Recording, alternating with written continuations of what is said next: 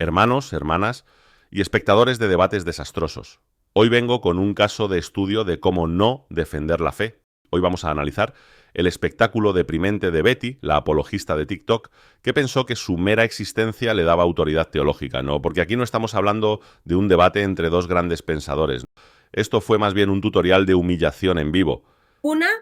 Yo vengo a defender la postura de que la Biblia, ni la Iglesia, ni los padres de la Iglesia, ni nunca en el cristianismo se oyó decir que la salvación es solo por la fe. Esa palabra solo no existe en ninguna parte de la Biblia, ni de la Iglesia, ni de la historia.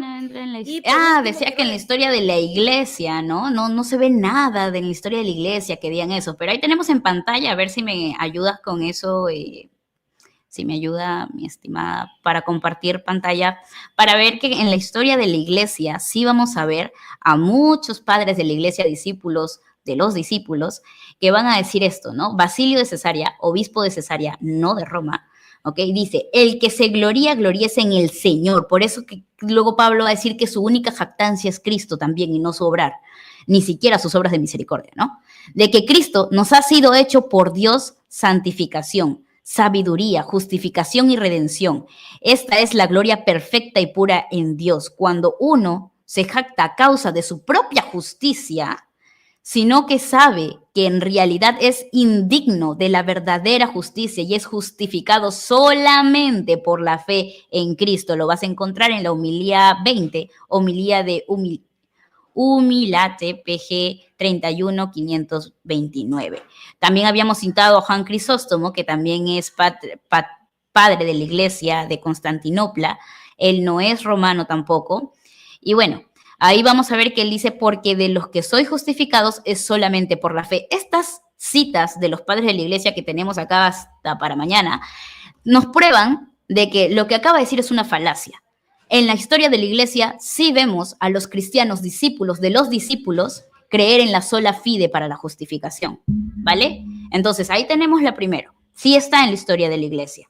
Bien, luego dijo que en la Biblia no aparece solamente por la fe. Lamentablemente, nuestra querida Betty Valenzuela parece que no ha leído o que no conoce las propias traducciones católicas, porque en su misma Biblia de Jerusalén, traducción del 75, dice así: conscientes de que el hombre no se justifica por las obras de la ley, sino solo por la fe en Jesucristo. También nosotros hemos creído en Cristo Jesús a fin de conseguir la justificación por la fe en Cristo y no por las obras de la ley, pues las obras de la ley nadie será justificado. Entonces acá vemos de que en la propia traducción de la Iglesia Católica, bien, tienen ahí que dice, sino solo por la fe. Miren, yo soy católico, lo he dicho 1000 veces, pero si algo me fastidia es ver a gente que cree que con levantar la voz y repetir frases aprendidas en un seminario de YouTube ya pueden salir a defender la fe como si fueran los nuevos San Agustín. Y eso fue exactamente lo que pasó aquí. Betty llegó al debate convencida de que iba a destrozar a Andrea con esa actitud arrogante de quien cree que ya ganó antes de empezar, y terminó siendo la protagonista de su propia ejecución pública, porque cuando presumes que eres un Goliat, más te vale no caerte con la primera pedrada. A ver, Betty, ¿qué pasó? ¿No que traías pruebas históricas? ¿No que ibas a desenmascarar la mentira protestante? Pues te desenmascaraste sola. Mujer, te aplastaron con Biblia, historia, lógica y sentido común. Lo peor es que ni te diste cuenta. Tú seguías ahí, repitiendo versículos sin contexto como si fueras un bot programado. Cada vez que Andrea te corregía te ponías más nerviosa, más torpe, más ridícula. ¿Y qué decir del momento cuando Andrea te desmontó la historia de la salvación por fe y obras? Se te borró la sonrisa, te quedaste en shock y cuando no supiste qué responder, empezaste a repetir como loro, pero el Concilio de Trento dijo. El Concilio de Trento dijo. ¿Y? ¿Qué más dijo? Nada, porque no tenías idea de lo que estabas hablando. Y lo peor de todo, tus propios seguidores te soplaban las respuestas y aún así hiciste el ridículo. O sea, ni con ayuda lograste armar un argumento decente. ¿Cómo te explico que cuando tienes que depender de los comentarios del chat para no quedar en vergüenza es que ya perdiste el debate? Miren, yo no defiendo protestantes, pero tampoco defiendo el catolicismo torpe. Lo que pasó aquí fue un desastre monumental. Betty fue a pelear con un cuchillo de cartón y Andrea la rebanó con un machete teológico. Andrea no solo desmanteló a Betty, la redujo a escombros, la arrastró por el suelo digital y la dejó hecha trizas ante todos sin posibilidad de defensa. Fue una masacre intelectual tan despiadada que por un segundo casi sentí lástima, casi. Pero la ejecución fue tan meticulosa, tan demoledora, que hasta la compasión se rindió ante el espectáculo de destrucción absoluta. El problema de Betty es que se metió a discutir con alguien que juega en otra liga, en otra dimensión, mientras Andrea sacaba argumentos sólidos, hilados con precisión quirúrgica y respaldados con lógica impecable. Betty respondía con frases de barrio, argumentos reciclados y un léxico que parecía más digno de una riña en un callejón que de un debate serio. Fue una batalla desigual desde el primer minuto, como si un gladiador armado hasta los dientes entrara a la arena contra alguien que apenas sabe lanzar piedras. Cada golpe de Andrea era limpio, directo, devastador, y Betty, en su desesperación, apenas podía lanzar ataques personales, balbuceos incoherentes y frases simplonas, como si no entendiera que su discurso se desmoronaba con cada palabra. Los silencios incómodos la delataban, las pausas forzadas eran como campanazos de derrota y el pánico en sus respuestas demostraba que sabía que estaba perdiendo, aunque sus seguidores se empeñaran en negarlo. Lo más patético de todo es que Betty ni siquiera parece haber entendido lo que pasó.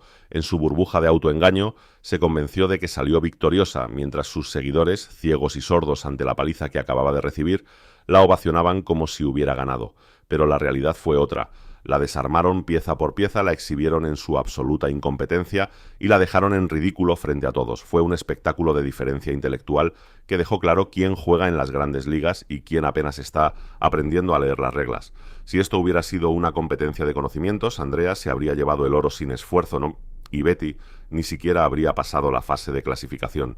Y lo peor, lo más desgarrador, es que, como católico, sentí una vergüenza ajena indescriptible. Se supone que quienes defienden la fe deben hacerlo con inteligencia, con preparación, con respeto por la argumentación y el lenguaje, pero lo de Betty fue un espectáculo bochornoso, un desastre, un insulto al catolicismo. Ver a alguien que dice representar la fe quedarse sin palabras, recurriendo a respuestas de patio de colegio, balbuceando sin sentido en vez de defender con altura, es simplemente lamentable. Si esto es lo mejor que algunos pueden ofrecer para defender la fe, estamos en problemas. Así que Betty, mi consejo, cierra la boca y abre un libro. Porque la fe no se defiende con arrogancia ni con repeticiones sin sentido. Se defiende con conocimiento, preparación y humildad. ¿Quieres volver a debatir?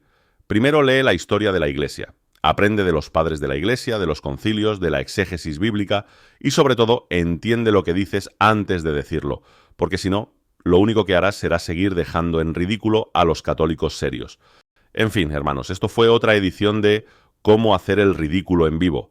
Y mientras tanto, Andrea debe estar en su casa celebrando la victoria con un café bien caliente y la satisfacción de haberle dado una paliza teológica a la gran apologista de TikTok. Atentamente, el vigilante oculto.